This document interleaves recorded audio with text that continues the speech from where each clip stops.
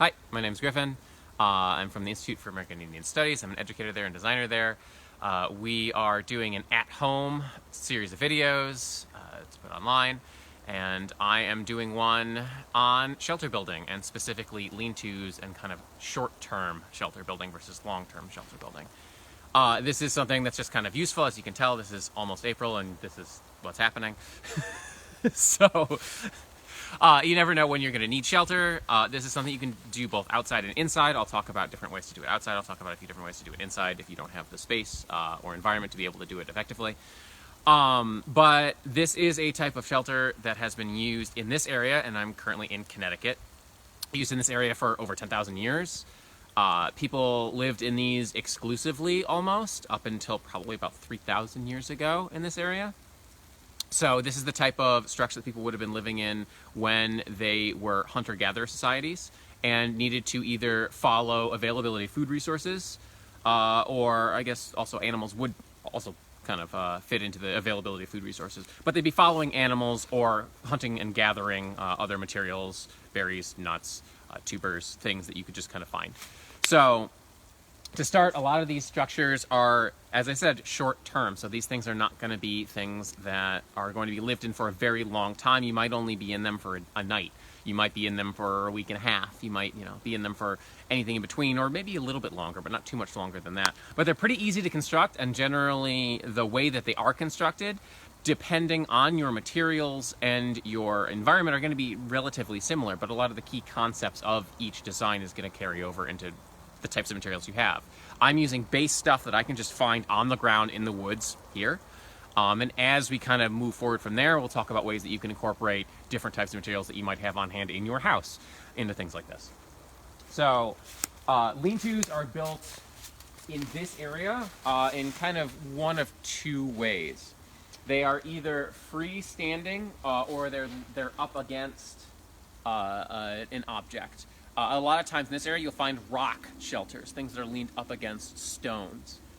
This is probably pretty small in terms of what you'd find for things to be built up against. A lot of times you'll see rock shelters where you might even have to build anything because it overhangs enough that you can get under there. But if you can't, building something up against it is going to be relatively easy. Even this size, as you can tell here, you can build something that is large enough that you can get in relatively easily. Now, I only worked on this for about, the three that I'm going to show you. This has been maybe an hour and a half, 2 hours, I think, of work after kind of prepping the materials to kind of get everything together. Now, as you can tell, there's probably room in there for like 2 people. You don't want a lot of people in these, and you don't want them to be too big, even if you have a number of people. One of the main concerns that you want is heat retention. You want to be able to make sure that your heat is not escaping. The entrance area for this one here is actually pretty large. If you really are concerned about heat, you're going to want a little tiny hole, and you can start a fire probably near the entrance. You don't want it inside because smoke inhalation is not going to be good for you. And on top of that, you don't want the thing you just built catching fire. A lot of this stuff is flammable. In order to build these, even if you aren't going to build off of a stable structure, you're going to need a framework to build from. The main framework, you can think of it like a spine and rib cage. The one that I have here kind of shows you the way that it's started. It has a spine, basically, for this one here, of a main pole, and then there's ribs kind of built off of that. These main pieces are going to be the major support network for everything you're putting on top of it. When you are putting these up, you want to make sure that you're getting as much stability as possible. You're going to kind of weave them together. Once you have more of the basic pieces, there's lattice that you're going to want to weave in underneath that. Lattice is just kind of a fancy term for smaller stuff. Stuff like this, if I can hold it against the snow, maybe you can see it a little bit more easily. Stuff that has lots of little tiny bits. Those little tiny pieces, whether they're needles from a tree or whether they are just small twigs from a larger branch, will provide kind of extra support for anything you put on top. And in the case of what we're doing here, our final layer is leaves. Now, you can use final layers of sod. Some people will use moss. You could use bark. There's lots of different things that you can do in order to have that final layer on, because the final layer is basically to help kind of keep the elements off and retain the heat. But For all of those, you're still going to need some kind of lattice to keep from caving in. So the way that the lattice will work is you can break it up into smaller pieces and kind of weave it in. You'll take it and kind of work it in between stuff. And working it in will kind of cross up and kind of create layers that aren't just parallel with all the other ones that are in there. These can kind of go perpendicular because you can weave back and forth the same way you'd weave a basket. Once you have enough of that built up, you can start putting on your final layers on top. Now, this is a quick amount of layers here. You could probably go even deeper with this, of a cover on it. If you get up inside, you can probably still see little bits of light coming through. And the less light you can see, the better. But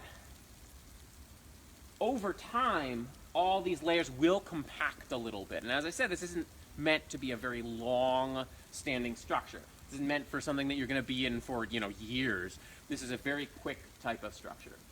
But it's still, even in the course of 2 rains or a snow or things like that, the layers will compact, and that will actually help with the retention. But if you don't have enough of the support network in there, stuff will start to fall through from between in the gaps. So you have to make sure that there's enough around there to be able to support all the weight that you put on top of it. The final one that I have over here that I wanted to show is this, and this is totally freestanding. Now this is a Wigwam. This is just the main kind of spine of it, and it's freestanding because it holds itself up. You get enough legs of it, and then you build off of that. You'll build off of this the same way that you'll build off of the one over there that I showed you before. You'll have a whole bunch of verticals that'll all start to build up, and then you'll start weaving in between. Now this isn't used in this area as much. If you're looking at history of this area, this is used actually more out west, even closer to kind of Nevada area. This, as you can tell, is pretty tall. I could stand up in this when it was done, and kind of, I have to crouch a little bit, but I'm actually pretty tall too. So this normally in this area wouldn't be the way they do it anyways, because heat rises. So all of your warm air would go up here while you were trying to stay in here. Out west, this is actually really important that it does that, because they're trying to avoid the sun a lot of times. They're not trying to protect themselves from rain or snow or things like that. They're more trying to protect themselves from the sun. So they'll build something that protects them from the heat, and the heat can rise away from them and they can stay low.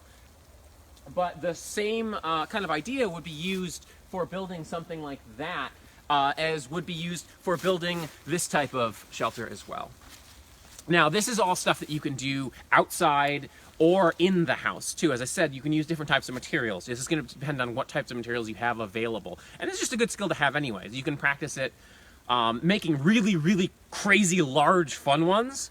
As I said, those are less useful for the purpose of it, but it doesn't mean it's not fun to do, and it does mean that it will actually give you skills in kind of understanding the structure and what can take weight and what can't take weight, so the kind of architecture idea of it's going to be kind of fun to play with as well. So you can start swapping out, these are baseline materials, you can start swapping out things and saying, okay, well, what if I have PVC pipe? What can I do with PVC pipe? What can I do if I have tarps? What can I do if I have, and you can start to kind of adapt this and change it. If you have something that's like clear plastic, you can actually turn it into a greenhouse, which allows the sunlight to come in and then traps the sunlight and bounces the sunlight around inside, and it'll get even warmer. You can even put a fire on the other side of that and then generate heat that way and trap that heat behind the plastic. Now, granted, you don't want the plastic to be that close to it, but there's new age materials you can add into this and see how that affects the kind of qualities that this type of shelter has. If you have only a space inside to practice this on, use anything you have in the house. You can just pile stuff up, and the kind of skill in doing this a lot of times is figuring out how to get things to balance and how to get things to hold up things you put over them. A good way to test to see whether or not it's going to retain heat is if you can shine a flashlight from the inside and you can't see any of the light on the outside. If you have 2 people, so you can have somebody spotting and somebody shining it, it means that you're going to get pretty good heat retention. But of course, the more layers you put on, the more heat retention you're going to get. So another thing to consider right now in this part of New England, we don't really have to worry about too many natural hazards outside. I mean, maybe other than ticks, which, I mean, this is kind of not a day that ticks would really want to be out, but you never know. If you live in a different part of the country and you don't know what type of environmental hazards are around, make sure to check in. There's probably plenty of resources online, nature centers and things like that, to check out and see if there's any flora or fauna that you should be aware of before you start building something like this and you start digging up piles of leaves and flipping over logs and things. Make sure that you know what hazards are available there. One final thing, if you are building one of these types of shelters inside, if you are not using LED bulbs, remember these maintain heat. If you forget to turn off a light or something like that, it can be a fire hazard. So make sure that you are cautious when you are breaking down or finishing. Don't leave any lights on or burn anything down. Otherwise, you might need to have this kind of skill. So, anyways, thanks for hanging out. Hope you guys learned something. Hope you guys have fun.